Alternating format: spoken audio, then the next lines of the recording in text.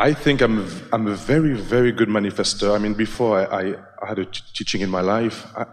When I look back on my life, I think I felt it. I'm a very good creator, which comes with sometimes a downside because I'm very, very good at creating everything I want to have. I mean, I'm from France. I always wanted to be in the USA, married, have dogs, and that's my life today, you know? But in the same time, I think I'm good at creating things that I don't want.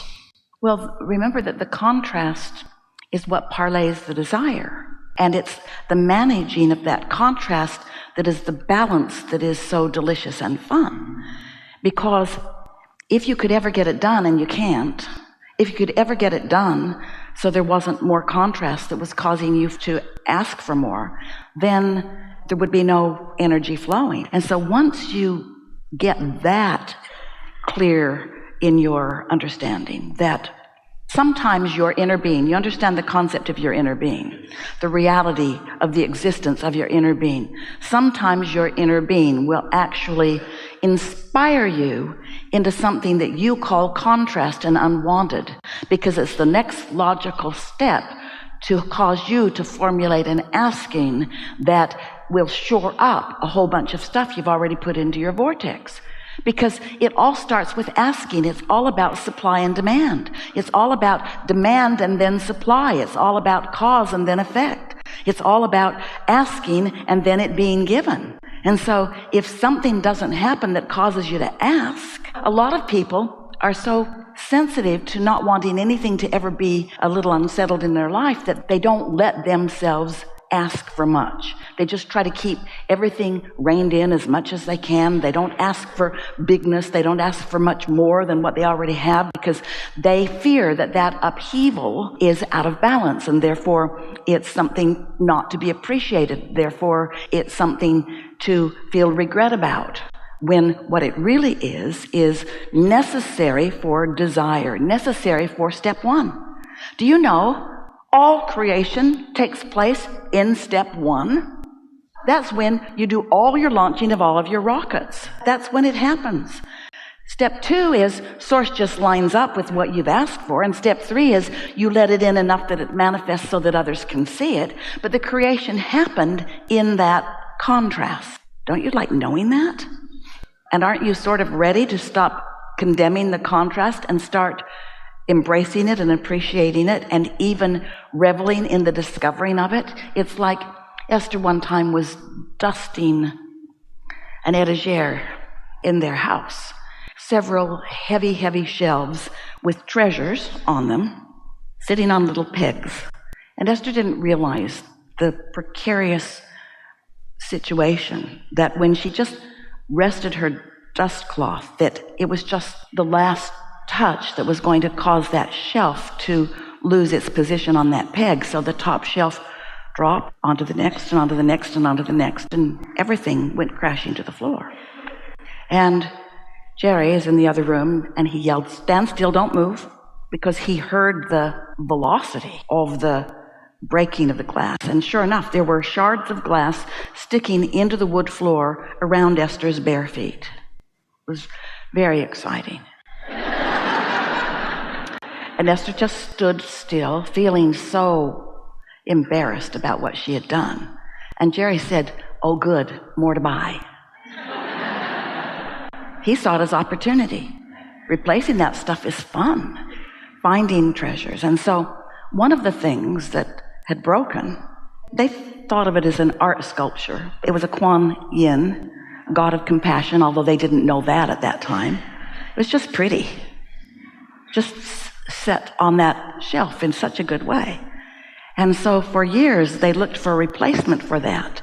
Jerry liked how soft the face was and how beautifully focused the hands were. It wasn't expensive. It was just special. So they looked and looked and looked and looked and looked and looked and looked and looked and looked.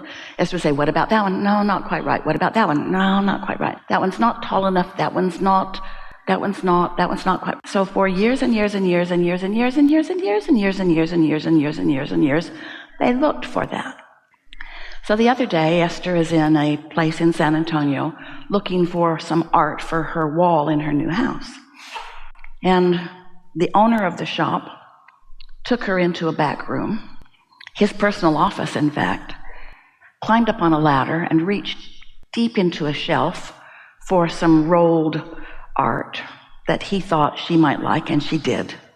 And while he's up on the ladder, reaching, Esther's looking around his office, and there is that identical, exact piece to the exact detail. So he climbed down from his ladder, and Esther said, I would like to purchase that from you. He said, it's not for sale. And Esther said, I get that. But I would really like to purchase that. And he said, no, it's not for sale. What do you think about these? I think they're lovely. I would really also like to purchase that. And it's not for sale. It's not for sale. I get that. I had one exactly like it. And in 1995, I broke it. And I've been looking for its replacement ever since. And then my husband died a few years ago, and I've been looking for it ever since that, too. I'd really like to purchase that. It's not for sale. So they measured the other artwork and laid it out on the table and decided what they were going to do with it and what kind of frame they would put around it and how many pieces they would make out of it. And Esther was there quite a while. And then he said to her, I've decided to sell that to you. My mother told me to. He said, that was a gift from my mother. And she thinks I should sell it to you. And Esther said, that's because Jerry and your mother are hanging out together. In fact, I'm sure that's why I'm here. I'm sure he knew it was here. I'm sure that's how I got here. The non-physical is in cahoots all the time. In other words, non-physical energies always guiding, and sometimes guiding you to what seems like a dead end or a wild goose chase or even upheaval that you don't need. In other words, every piece of guidance doesn't turn out in the moment to be so obviously right on track. In fact, most of the time, it doesn't look so obviously right on track. Even in this scenario, it's not for sale. Yearning. It's not for sale. But you don't understand. I found something that I've been looking for a really, really, really, really long time. Look over there. Grab it and run.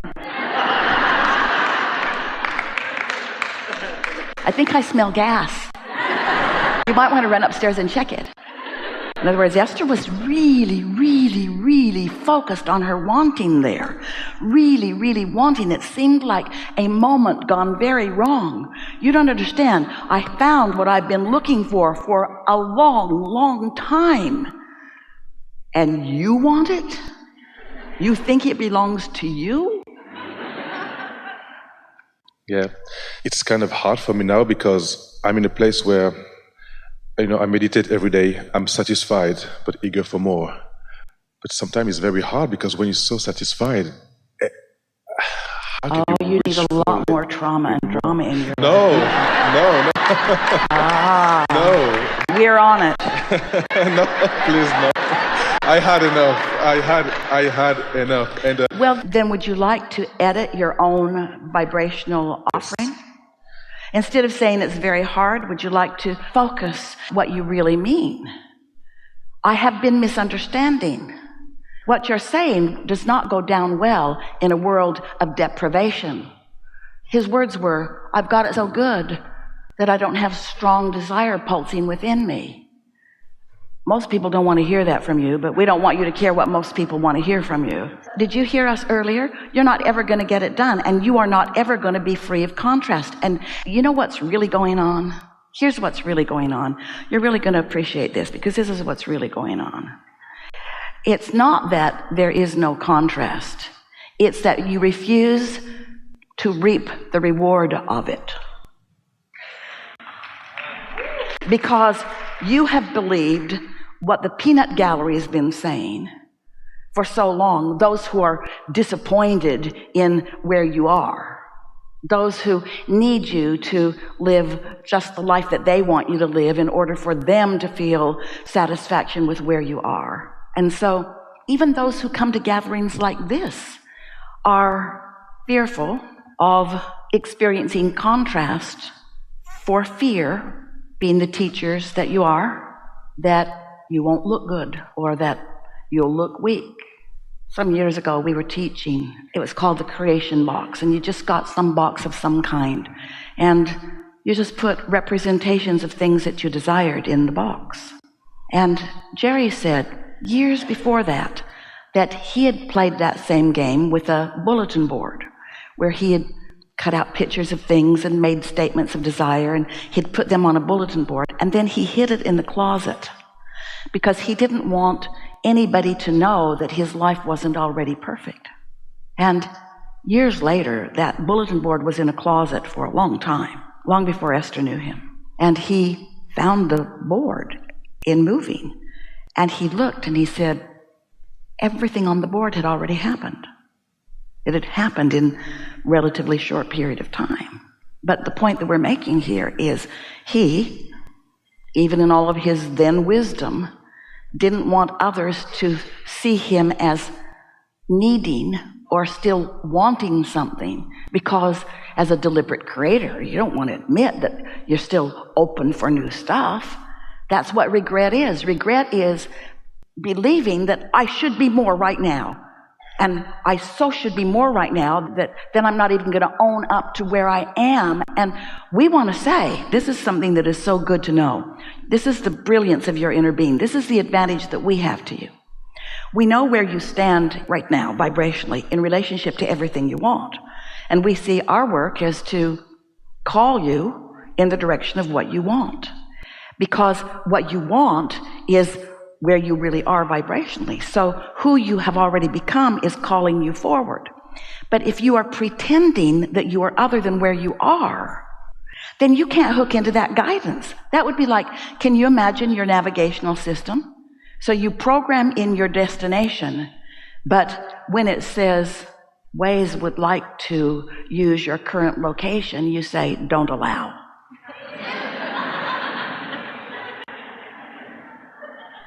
But guide me to where I want to go.